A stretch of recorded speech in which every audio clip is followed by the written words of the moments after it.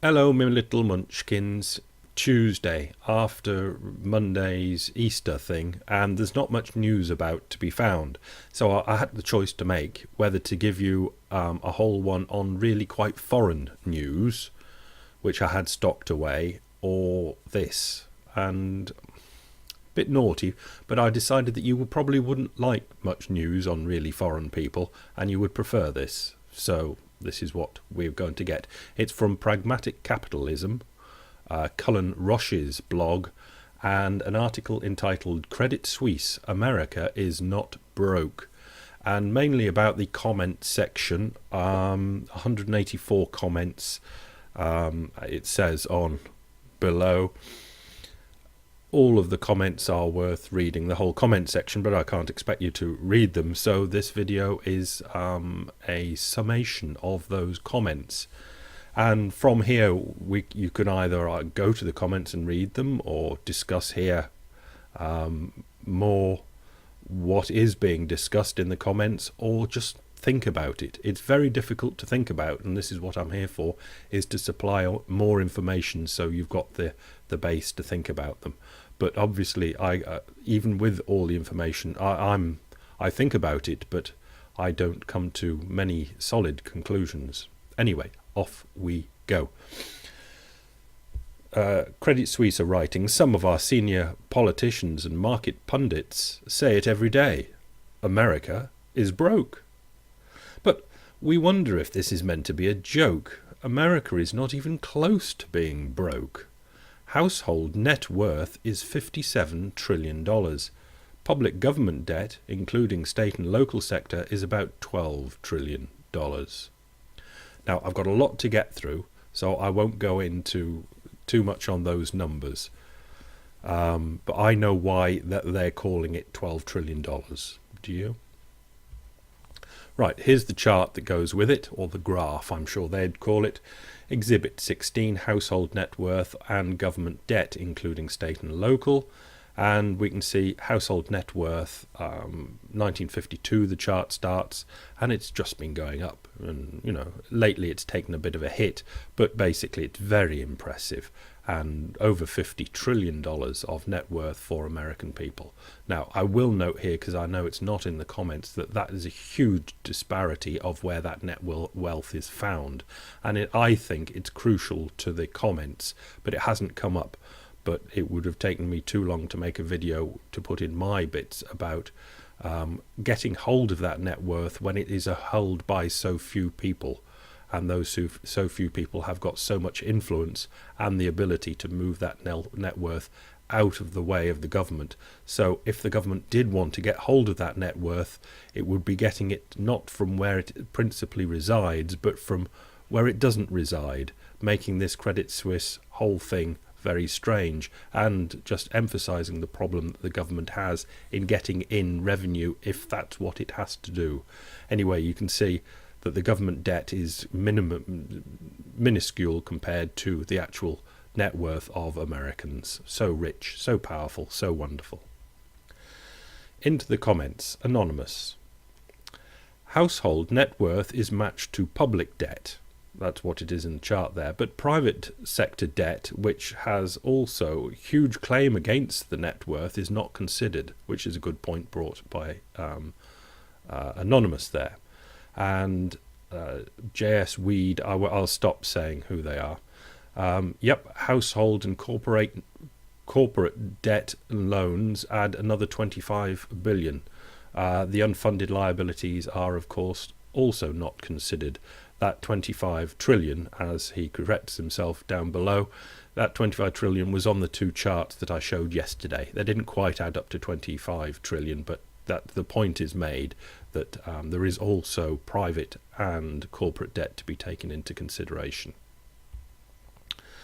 Peter D, who is opened the batting for MMT, and Cullen Roche, Pragmatic Capitalism himself, comes in to do joint batting with him.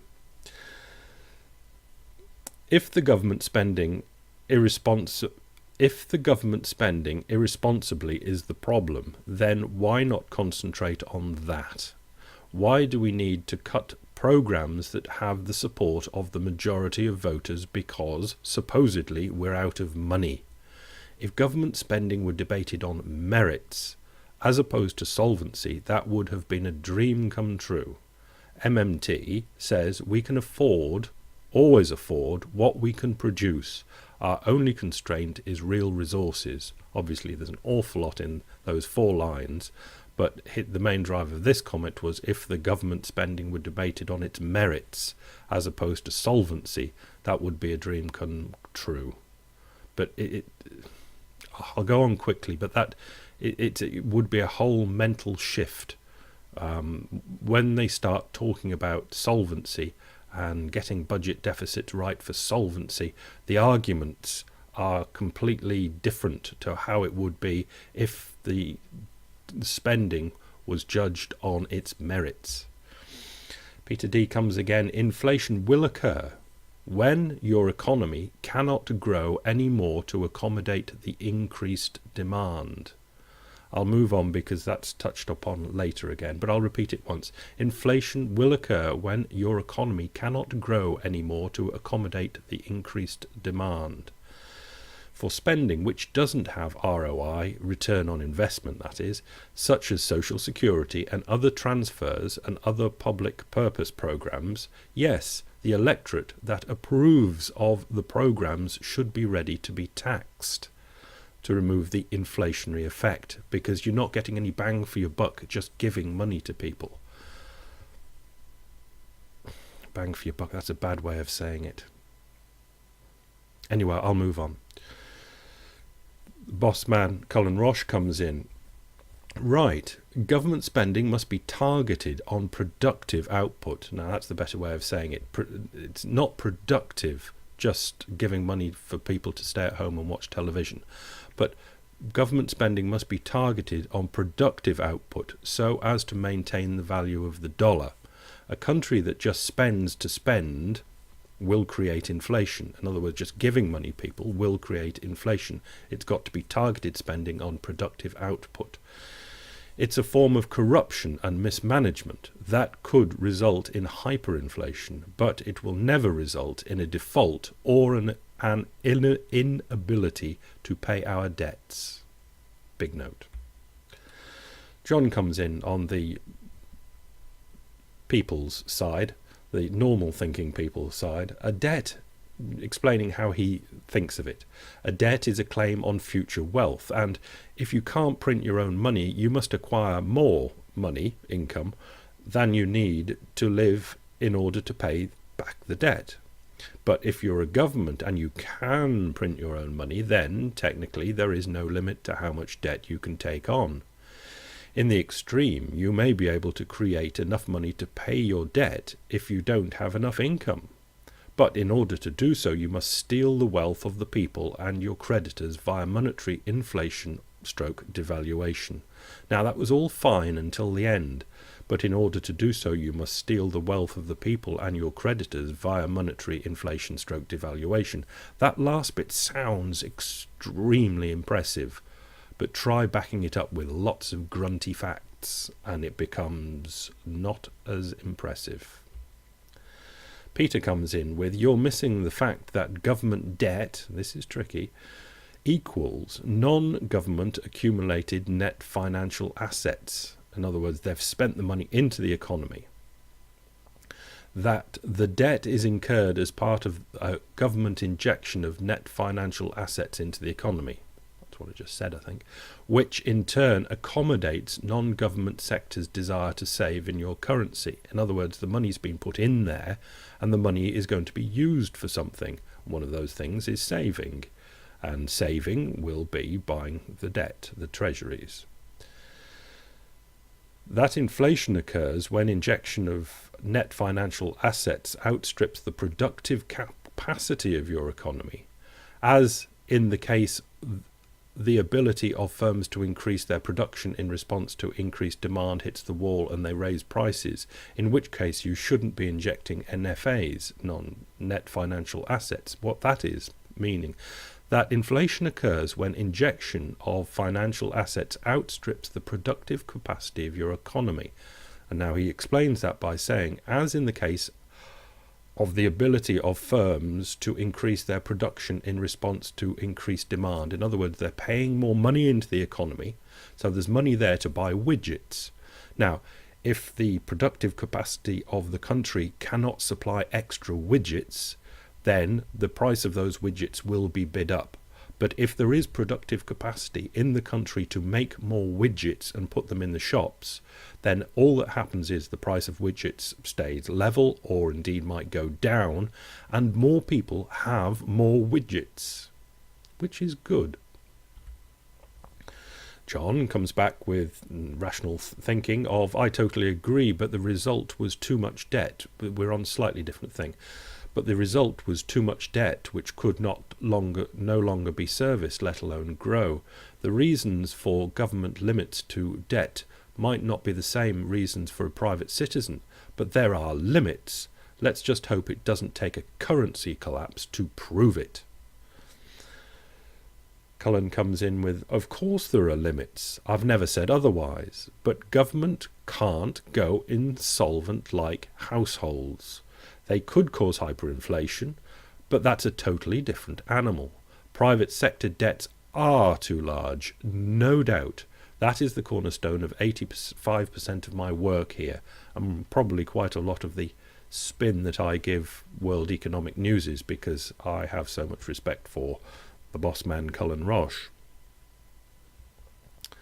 Peter comes in with more explanations. So, John, you agree that the problem is private debt. Right. Next, you need to realise that private debt is high because people leverage. And one reason that people leverage is because they don't have enough money to sustain normal standards of living, paying for education, etc.